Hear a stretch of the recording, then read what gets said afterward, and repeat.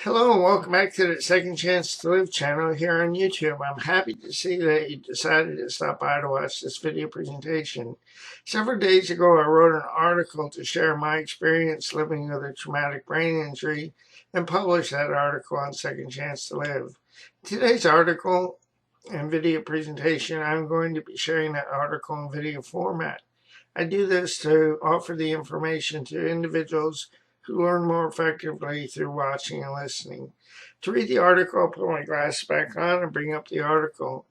I want to thank you for your time. You are an important part of my process, and I always enjoy our times together. Here's the article. My experience living with a traumatic brain injury. For folks who are not aware, my TBI occurred in August of 1967 due to a motor vehicle accident. In the accident, I sustained an open skull fracture and a fractured left femur as I traveled from the back seat behind my father who was driving. My left femur or thigh bone was fractured coming over my dad's bucket seat, and my open skull fracture occurred when or after hitting the inside of the windshield in front of where my mom was seated next to my dad in the front of our Volkswagen Beetle. Per my injuries, I remained in a coma for 3 weeks with right frontal lobe damage, a severe brain bruise with brainstem involvement, and intraction for 6 to 7 weeks before being put in a full body or spica cast. I remained in that cast for 4 to 5 months. Once I completed traction to set my left femur and placed in the spica cast, I was transferred by ambulance to another hospital to undergo brain and skull surgery. Following this surgery, I was transferred back to the first hospital, and after a week of monitoring my recovery, I was released from the hospital. After the indication was made that my left femur had healed sufficiently, the spica cast was removed and I began the process of learning to walk again. I attended several physical therapy sessions, and then through encouragement from family members, I was able to begin walking again. In follow-up to my skull being fractured in the accident and the subsequent brain and skull surgery that I underwent, I then underwent several EEGs and a battery of cognitive and psychosocial testing.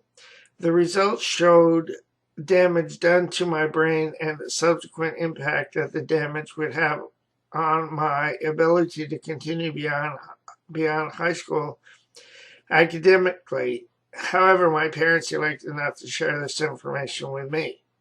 I was fortunate that I was able to learn how to walk, talk, read, write, and speak in complete sentences. However, once my external wounds healed, my traumatic brain injury, the impact of the injury to my brain was no longer considered to be a factor in how I related socially or otherwise. As a result, I internalized the difficulties I experienced.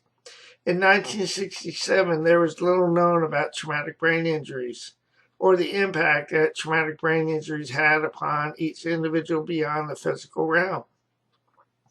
What I mean by no longer considered is that once my external wounds healed, the difficulties that I experienced interacting socially and vocationally were no longer considered to be related or relevant to the damage done to my brain at the time of the accident. As a result, I spent the next 37 years berating myself for the difficulties that I experienced socially and vocationally as there being something inherently wrong with me.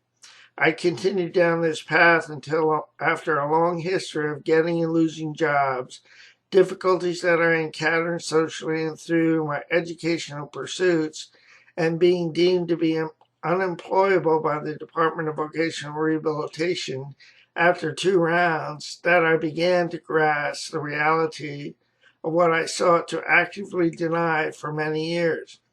In my experience, I had to reach a point in time when the pain of no longer being able to deny my reality the reality that the difficulties that I had been experiencing were related to the brain injury. Connected to the traumatic brain injury that I experienced when I was 10 years old, I had to reach a point in time when the denial of family members who could not accept that I was doing the best I could, believed that if I just tried harder and that it was just up in my head, could no longer be denied by me.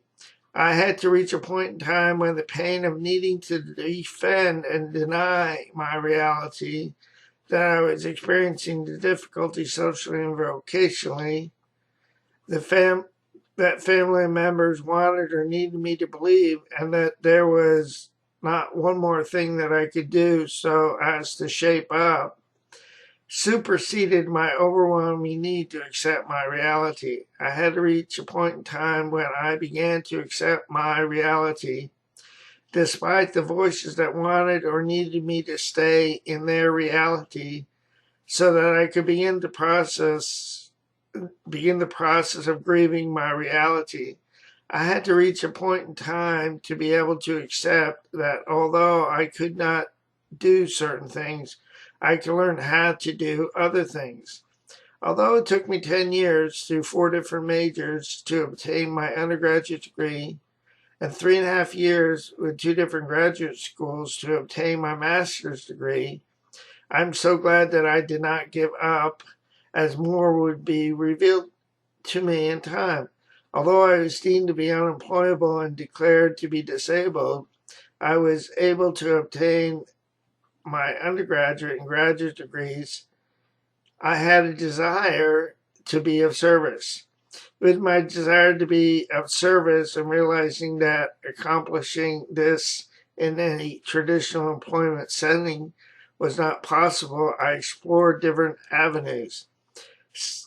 With the encouragement of a friend, I created and launched Second Chance to Live on February 6, 2007, to share my experience, strength, and hope of living with a traumatic brain injury and an invisible disability. On June 16, 2015, I created and launched Create a Spark of Hope to share what I discovered to be creating blocks to hope in my life, as well as ways that I found that I could create hope in my life. Today's thought: in the event that you have experienced a traumatic brain injury, my encouragement to you is to not give up. Keep moving forward. Take advantage of the opportunities that become available and look at your circumstances as an opportunity to learn.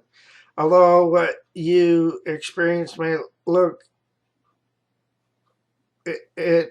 although what you experienced may look like it was done for your harm, I have good news.